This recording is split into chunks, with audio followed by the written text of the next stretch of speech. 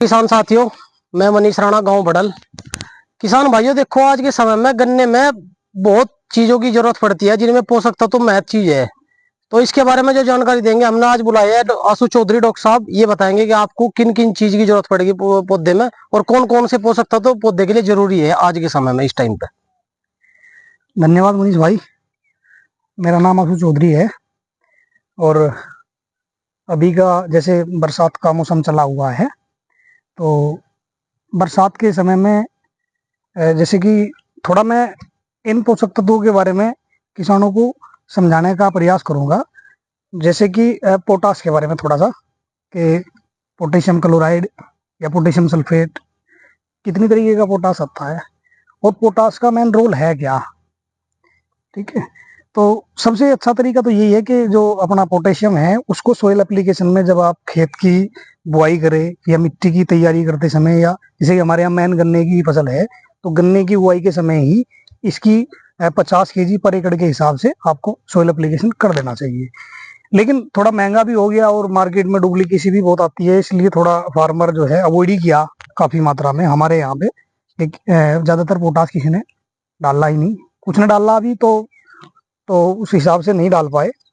तो उसके लिए अभी की स्थिति क्या है, जैसे कि अभी हमारा गन्ना है, मैन पोटास का काम होता क्या है। ठीक है, अभी जैसे बरसात का मौसम चला हुआ है तो क्लोरोफिल ज्यादा आता है प्लांट के अंदर, यानी पत्तियों के अंदर जो हरापन है वो ज्यादा आता है, और पत्ती जितनी ज्यादा हरी होती है उतना ही ज्यादा भोजन बनाती है।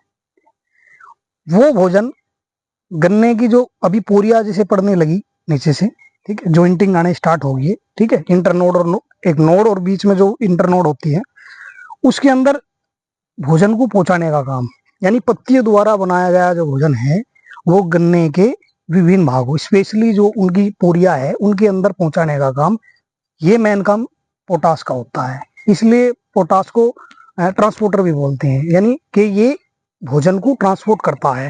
ट्रांसपोर्ट वहां करेगा जहां उसकी आवश्यकता है, यानी गन्ने के अंदर वेट इंक्रीज में, शुगर ट्रांसपोर्ट करने में, इसके अलावा बहुत सारे एंजाइम एक्टिवेट के लिए, वाटर अपटेक, यानी जमीन से अभी जैसे बरसात चलेगी, ज्यादा रेनफॉल होगा तो सोयल से ज्यादा वाटर उठाएगा।